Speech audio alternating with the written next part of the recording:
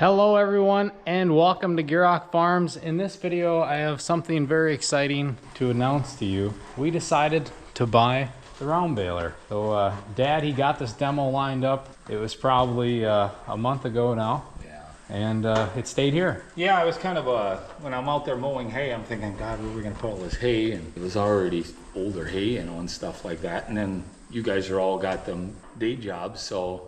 And I got back, I discussed it with Mother, and she's like, well, let's call, and things started happening pretty quick. It was kind of interesting because the sales guy, you know, they got to line up. So I never round baled before. I mean, I had people round bale for me. So I needed somebody to come out here that knew how to set this up, that had some experience and get you started so you're not like, so you have some clue what you're doing. But that guy was scheduled for something else, and he said, well, we can just do it next week. And I'm like, if we're not doing it tomorrow, we're not doing it at all. You know, we may be next year. Yep. So then they, of course, they did some finagling, and they ended up getting a guy out here that was pretty good about explaining everything, you know, especially. So they brought out the sales rep and then one of their service technicians that has worked on these balers and been around these balers. And that's the way to do it. That was just like us getting trained on that sawmill. If we were already experienced at all that, we were just updating to a better model, we probably wouldn't have needed all that. And I was actually impressed on how simple it is. So I suppose your question is, now we got a round baler, we won't have the little square anymore. I'm gonna be a die-hard little square guy, that's for sure.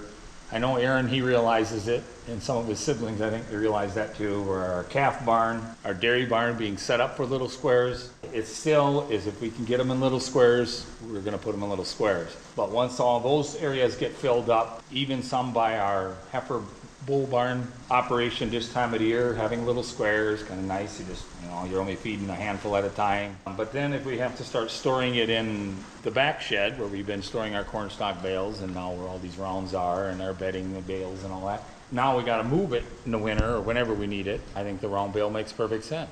Yeah, and I would add to that by saying that as of right now, half of our dry hay storage at least is set up for little squares.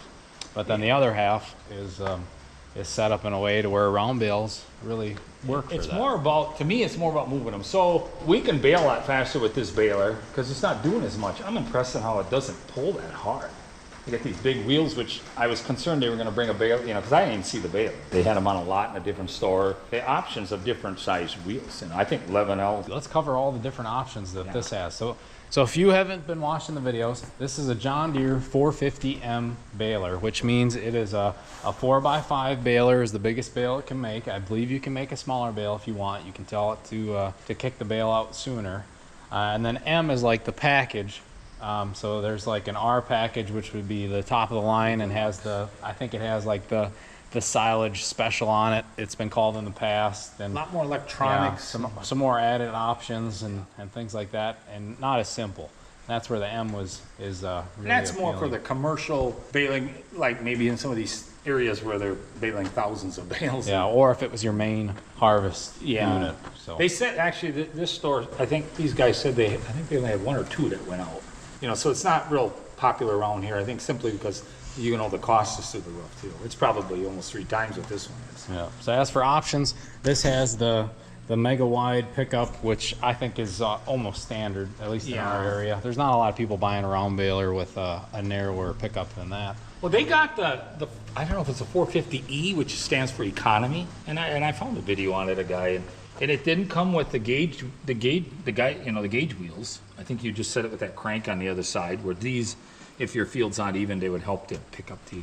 But yeah, there was a lot of them little things that maybe make a difference, like wider pickup and stuff that just come standard, just to make it cheaper. But Yeah, and then while we're up here, this one's equipped with the twine option as well. So if we ever wanted to do that, that's an option. You can see all the eyelets for feeding your twine through down there. So we have that option, but it is set up for net wrap in the back. You pop that open, you got where your main net wrap sits, and then your knife and your feed roller underneath, and then your storage compartment up there. So there's one up here that's for storage, and then you got your one down here that's using, which makes sense because now if you had a portion of this left, you're going to be asking yourself, am I going to get all 30 of those bales on that? Yeah, you don't want to have a bunch of half rolls in that wrap. So where do you put this roll until you need it? You know, you're going to have it laying outside the field someplace or something. So that's real nice.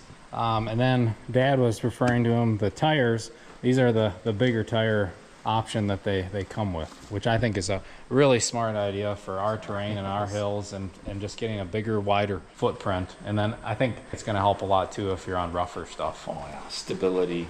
Otherwise, I think we'd be sliding and bouncing. So if you were more of a hobbyist, you know, there's no reason, and especially on some leveler ground, you know, that maybe ain't no reason, because I don't think it's all that heavy.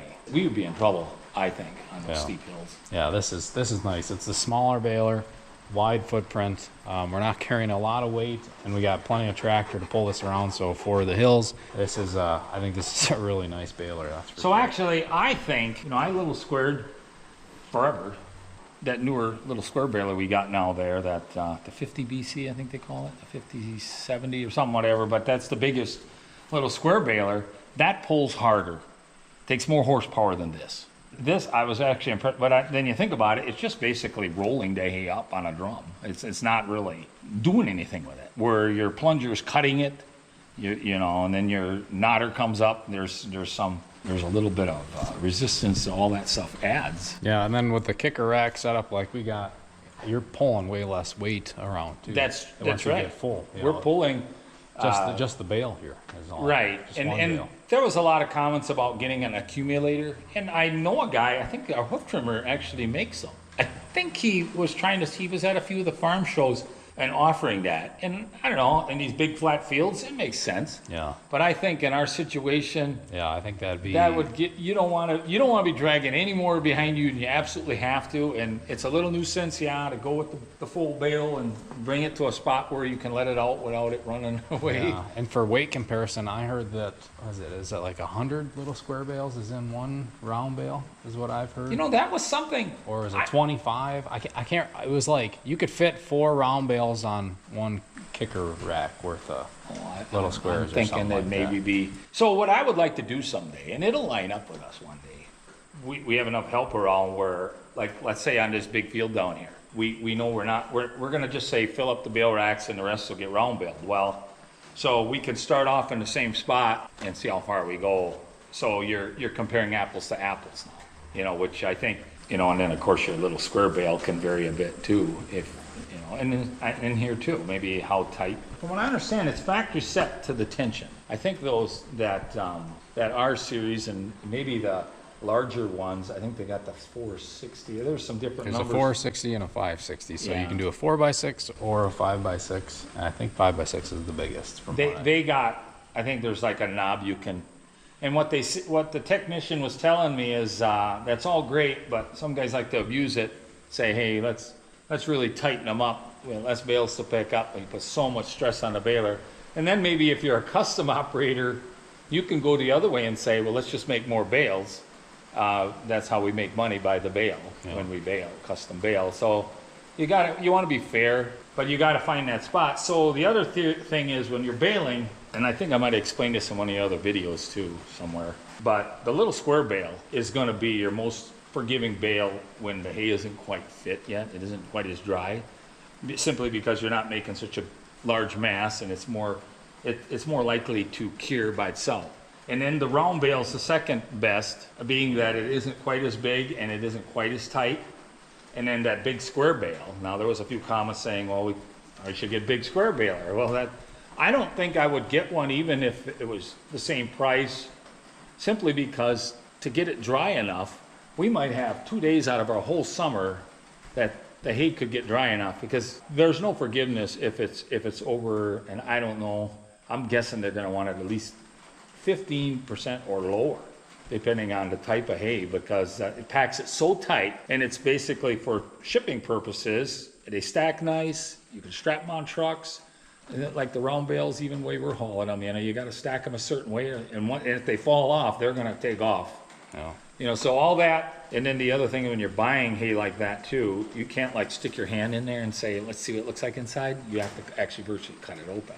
Yeah. Or a little square baler or a round bale, you could probably see through. You get way more airflow through a baled small square or a round bale. Another thing I wanted to touch on, because we've done a lot of baling videos, about the size of the windrows. Now we got a 10-foot cut, and around here a lot of the cutters were 12 foot, and then of course now there's a lot of those triple mowers, and there's all kinds of other ways of doing things. But When you're making dry hay, the last thing you want is a windrow that's so huge that it can't dry. So cutting it's fine, and we can ted. Again, you did a good job of explaining one of our haying videos on how to tedder. You don't necessarily want to ted your second crop if you don't have to, especially in our area. It's usually not as heavy. The dairy hay, you lose a lot of the leaves and things like that through tedding, but then you still got to have it dry. So sometimes, like you're going to see, we got a field where we just done the edges. I'll go around the edges 2 or 3 times because the first windrow of the field has to get doubled up. Typically you rake your hay out, and our fields are so crooked, it's virtually, that's the only real practical way to do it.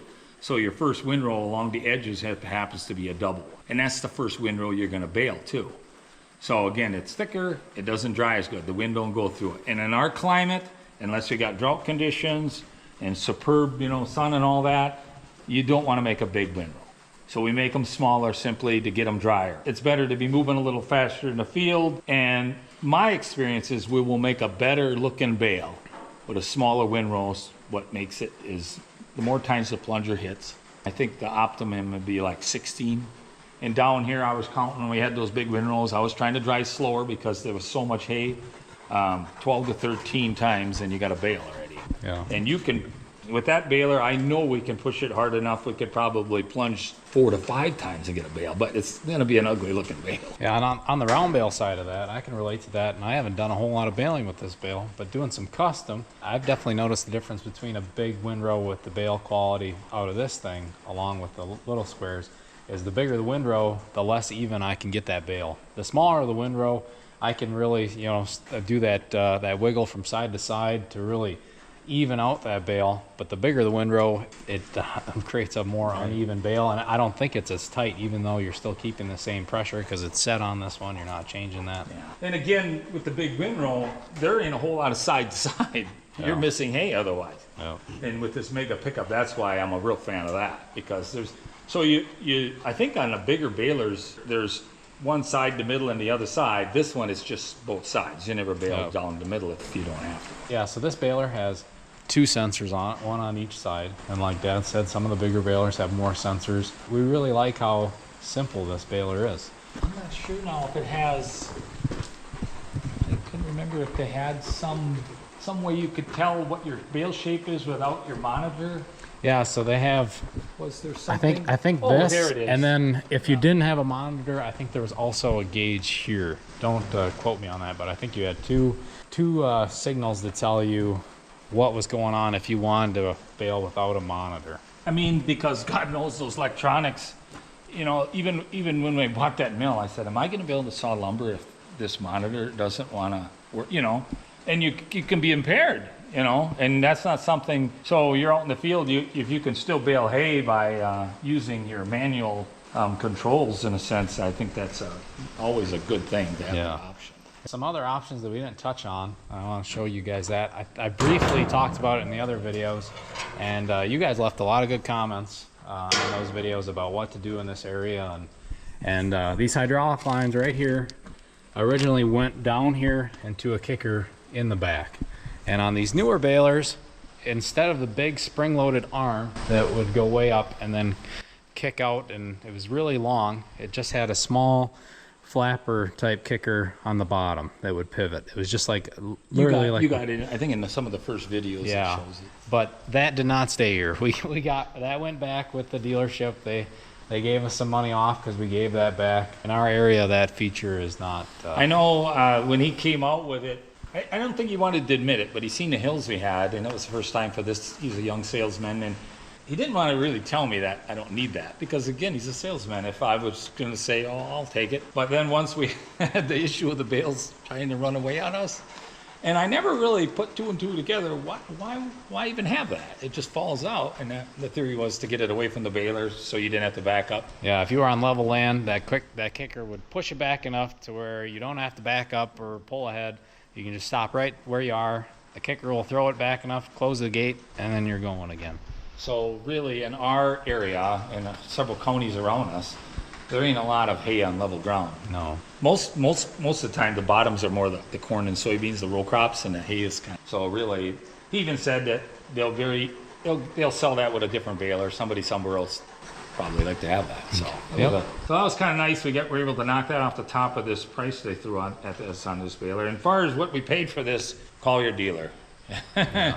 You get it right from them because things are changing every day. Oh yeah, I'm sure there's a couple grand difference depending on when the dealer bought it or their and supply. The options on it, and whether they come with the big wheels or not. I mean, God knows it's gonna be thousands, you know. So before we get off the kicker topic, something I wanted to add. So these we experimented where it was new to the dealership we were working with, so they thought we would hook those lines back up.